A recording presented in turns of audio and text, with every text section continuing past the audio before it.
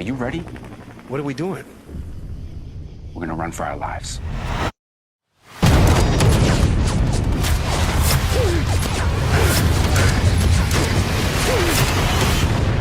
We're halfway home. Halfway? I'm Chickie Donahue, and I am not supposed to be in Vietnam. How you doing, Fernando? Zach, last time I talked to you was Miami Baywatch junket.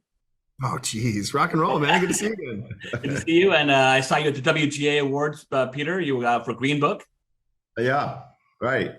So the first question to you, Peter, is another period piece. And this was a combination of Apocalypse Now and the period piece of this was just so intense. Everything's so accurate to the cars, the billboards, the people. How do you do this? We have good people around us, you know, a good crew. It really is. People are smart. I've got a production designer named Tim Galvin who pays attention to detail, crosses the T's, dots the I's, and first AD named JB Rogers. I couldn't do that on my own, and that I look at that, I'm blown away. Like, oh my God, the attention to detail was fantastic. And Zach, the whole time I'm watching this film, I forget it's you. You're Chickie the whole time. How do you stay in the zone?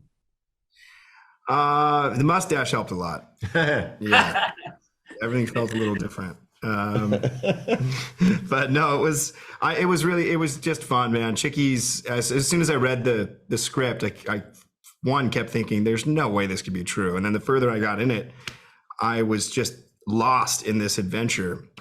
And the stakes were really high. I thought it was, at the same time, it was really funny and heartfelt, and I just loved this guy. I thought I could figure him out, especially with Pete, directing me. And so it all signs pointed to yes. I had a great time playing Chickie. It felt really fantastic for me. I'm happy.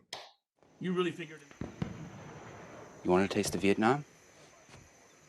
You're about to get it. Grab you. I am. Hey. Thanks. What's this for? To shoot the bad guys, Dodo.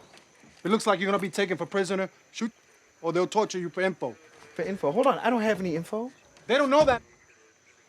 Okay. Jeez. Edgy.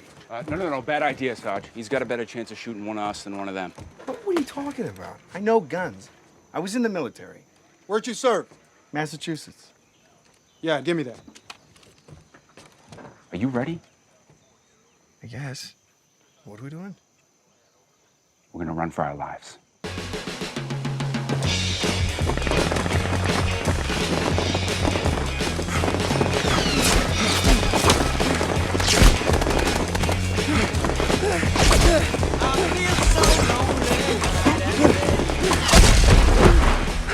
All right.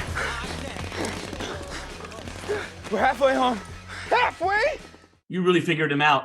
Do you think what happened to Chickie was a coincidence and being pushed into it and a lot of happenstance and it just all flowed together, his life?